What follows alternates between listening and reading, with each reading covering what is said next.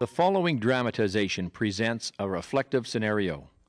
It's not intended to model, but rather to promote critical reflection and group discussion about the importance of being centered in our work, especially given high task orientation and the culture of busyness that characterizes many health delivery environments. As you watch the segment, consider the following questions. What is happening? What issues does it raise? What emotions come to your awareness?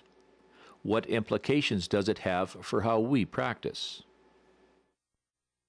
When I was first starting out in nursing, I used to barge into a hospital room without really thinking about what was going on behind the door.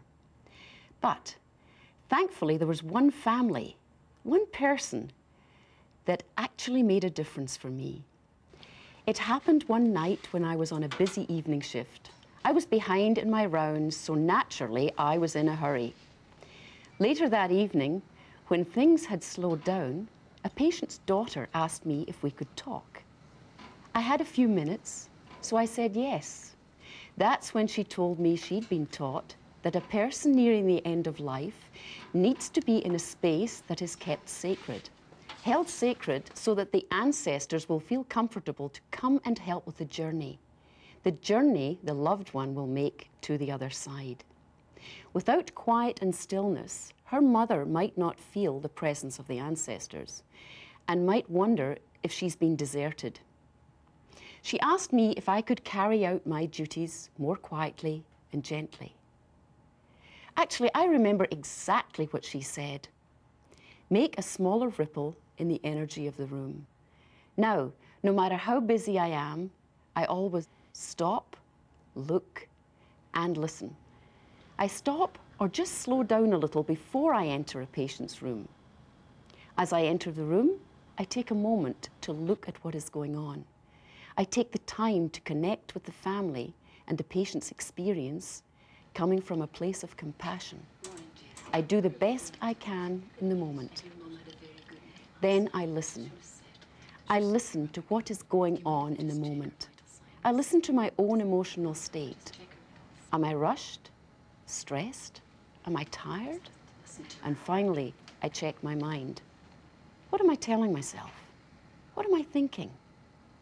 Then I calm myself and stay as quiet as I can inside.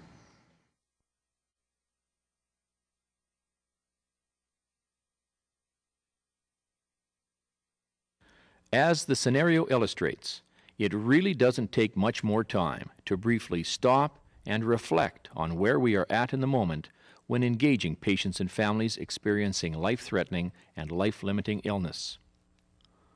Orienting ourselves to effective palliative care in a range of clinical and other settings requires that we be mindful of its holistic orientation.